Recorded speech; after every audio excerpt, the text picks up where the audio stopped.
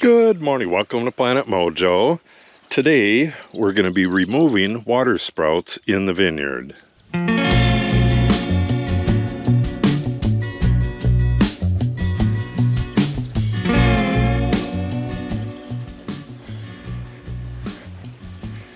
And what I mean by water sprouts is these guys that are growing on the sides of the trunk. That's the only thing I'm going to be doing today, that and removing any storm damage like this. I'll be starting in that row actually. Yeah, some of these are just way overgrown with water sprouts and they need to be removed. Also, if I find any leaves like this that have like signs of disease on them, I pluck them off. Well, I'll be taking this whole thing off. What I need to do with each vine is first see if it needs a cordon replacement. Then, if it does, to check the renewal spur. Here's the renewal spur on this one, and it has 3 shoots on it. I don't know if you could see that or not. These are some nice shoots, but this one does not need a new cordon, so all 3 of these are going to have to come off. And down here we have another, well, this is coming off of the wrong area. That's not even a renewal spur. So all of this stuff right in here is going to have to come off, as well as all this stuff down here. Some of them are going to have fairly naked trunks like this, and then I just got to take off the stuff that's on the renewal spurs. It goes fairly quick, but I was down here doing some thinning a couple days ago, and I have a bunch of stuff laying on the ground. I got to pick that up too. You don't leave anything on the ground. You take it out and burn it, because it very well could have disease. Oh, looks like I'm going to have a nest right in here. There it is. Any eggs in there? Yes, there is. Hard to see. It's a robin. Not sure if you're going to be able to see it or not. I could only see 2 eggs, but they usually have more than that. Damn. I hate when birds nest in here, but it is what it is. The babies should be grown up and out of here before I net this up. You'd hate to throw nets on this while there's babies in there. I'm going to have to come down here and do shoot positioning, but that's probably going to be, in 4 or 5 days, sometime after the next rain. Where we have crossing shoots like this, you need to get the shoots kind of in their lane, but it's really dangerous to do that right now because these will just snap right off, which makes it easier for the water shoot removal, but it makes it real difficult to do shoot positioning while they're this fragile. I'll show you that on the other side. Well, I can show you right here. They just snap right off. And if you start positioning these at this time of the year, a whole bunch of them are going to snap off, and you don't want that. Yeah, they're getting to the point where they're kind of firm, so that's good news. I'll be able to get in here, like I said, in maybe 5 days and do the shoot positioning.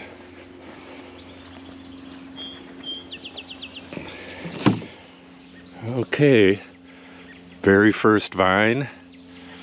It does not need a replacement, so we're going to take off these right away. And sometimes I'll leave part of a renewal spur shoot on, like this one. Yeah, this one has one coming out the side. That'll droop down. I can get it onto the catch wire, but I'll take this one out that's going straight up. Oh, that was on there real good. Yeah, I'm a little late on this. A little late on everything this year because of the weather, but okay, that is another one that was going straight up. Now we only have one left on this, which is what we want. Okay, that one's done. I can actually move pretty quick on this when I'm not filming. And what I'll do is get some more done, and I'll get back with you when I find something that's different or unusual. By the way, what I'm doing right now is exfoliating, getting this rough old bark off from last year, because pathogens will get caught in there, and you don't want that stuff right in the zone here where your plants are going to be growing, from the catch wire up to the main wire, because rain will wash that onto the leaves and you could have yourself a bunch of disease. I'm not going to be doing this on every one. I'm just doing this because I'm talking. My main goal today is just to get these suckers off. This one was marked for replacement, this Cordon here, and it has a replacement. You can see it back here. It's tucked in there with the old one. This old one has a few dead spurs. Well, it has mostly dead spurs. It's got some live stuff back here, but next year this old Cordon will be cut out and the replacement will be in place.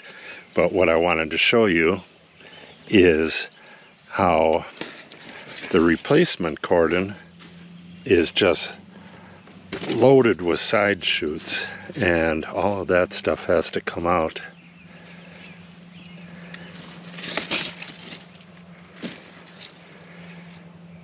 Got a little bit of disease right there. We'll get that out of the vineyard. I've already sprayed these twice, and I have another spray. Oh, that's pretty tough. Yeah, these are starting to lignify.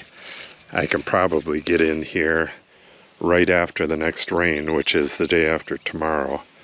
Yeah, I want to get all of this stuff out. And this right here, this shoot here, I think I can position that without any problem. You want to get the tendrils so that they're not hooked onto other shoots, and try to get everything down to the wire here. This will be the replacement spur for this Cordon after this year. Okay, rest looks good.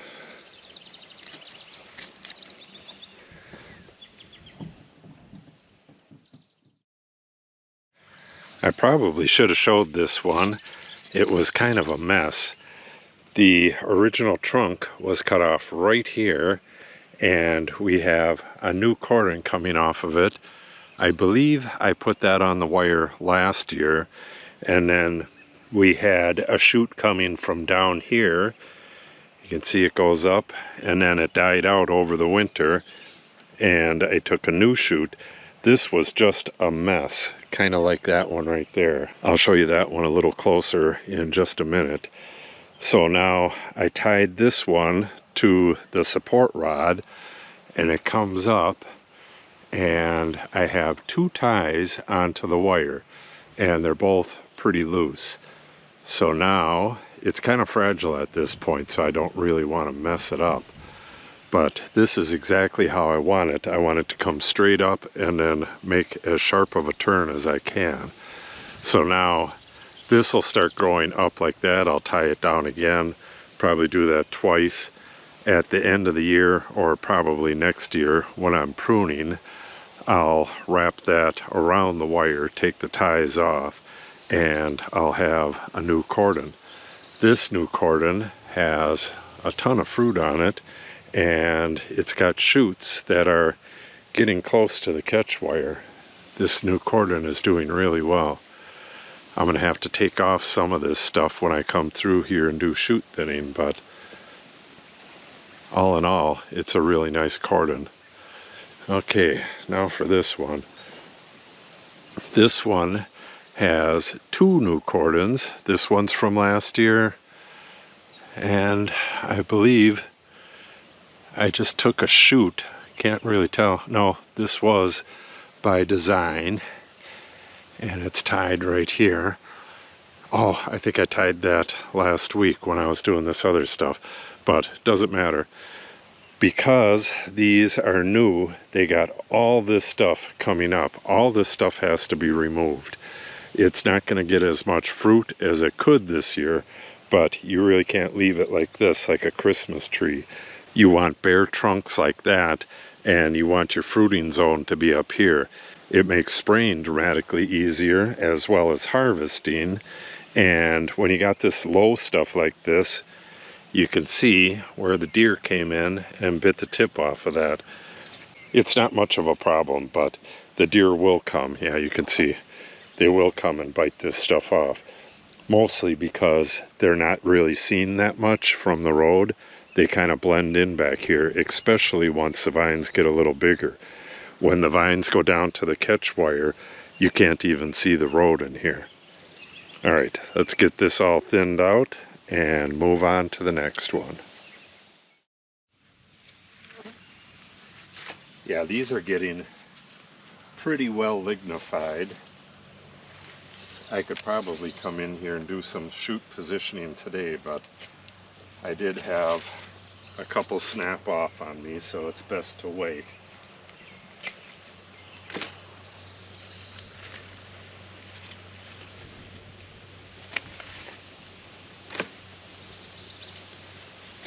It's kind of painful taking off all of this greenery and all of these flowers, but you got to do it.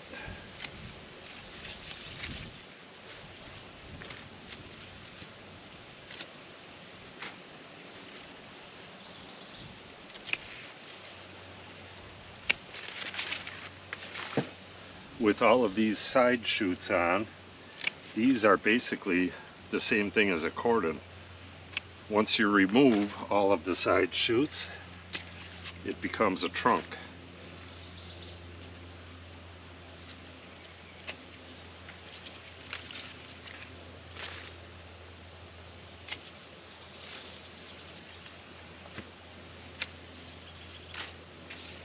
Another reason why you don't want all this stuff down low is your airflow, and that's where most of the disease starts, is down here. It's splashed up from the ground.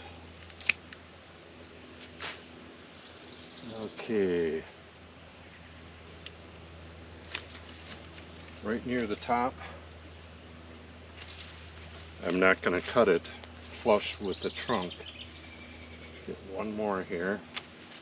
Alright, this is the renewal zone. I guess it would be these two up here. So I can take this one out and this one here.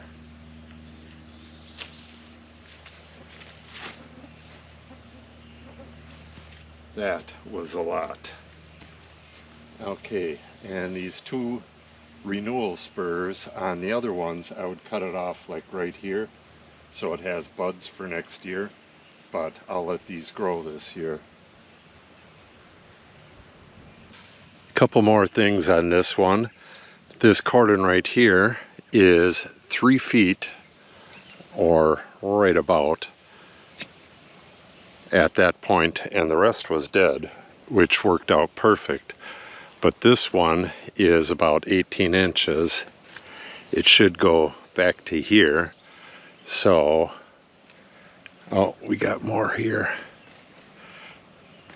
We got a little shoot right there, but it's going the wrong way. What I'm going to do is take it back to here, take that little shoot off, and I'll train this shoot right here down to the wire, and that'll be the rest of the cordon.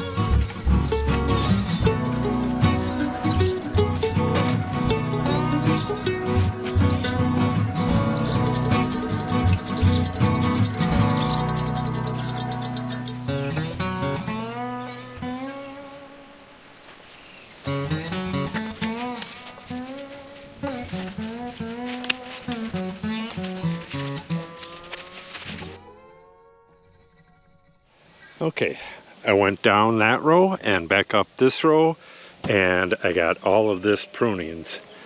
You can see how nice and neat that looks. There's a couple things low to the ground, but that needs to be there. Now, you can see how bad this is. All of that has to go until it looks like this.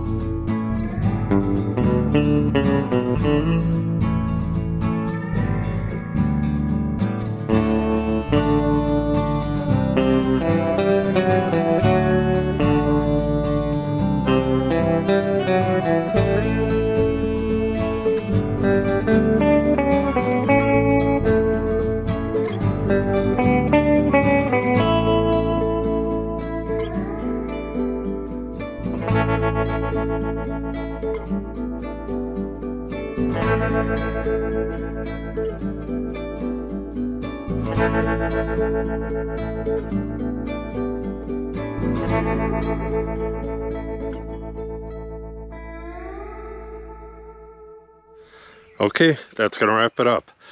I had a hard time recording because they were packing up a car right next door, and I don't like recording while they're standing there, but it's all done. You could see all nice bare stems. The only ones that have any leaves on them are potential replacements for next year, and when these get like that tall, I'll come back and take any leaves and branches off of those, and then they'll look something like this, and I'll use it next year to replace a cordon. Beautiful. Now a lot more air can get through here, and I can make the last spray of glyphosate. And like I said earlier, I'll be back in here to do shoot positioning, and basically all that is getting these things detangled, getting the tendrils off of each other, and when you do that, gravity will take it down to the wire and everything will be in its lane. Yeah, this is basically what shoot positioning is. You just get things untangled and kind of get it in its lane, make sure it's not attached to any of its neighbors, get it in its lane, and gravity will do the rest. You got to be really careful with that. You got to do it at exactly the right time before they get too big and tangled up, but you don't want to do it too early and snap off a whole bunch of shoots. All right, looking good. So we have a nice sunny day tomorrow, but I'm going to be working on other stuff. Then we have, I believe, 2 days of rain, and then I'll be back in here to do the shoot positioning, and I'll be bringing a different kind of ties with me. Well, I'll still have the rubber ties, but I'll have a different kind of ties as well. This right here, it's called Protec ties, and they disintegrate over time. They're biodegradable, so any ties that are left on the wire will eventually disintegrate and fall off. I'll show you them in the next video. Okay, so if you want to see that, make sure you subscribe and click on the update icon. If you have any questions or comments, make sure you put them in the comment section below. And if you share the video and or give it a like, it helps the channel out greatly. Thanks for watching and have a great day.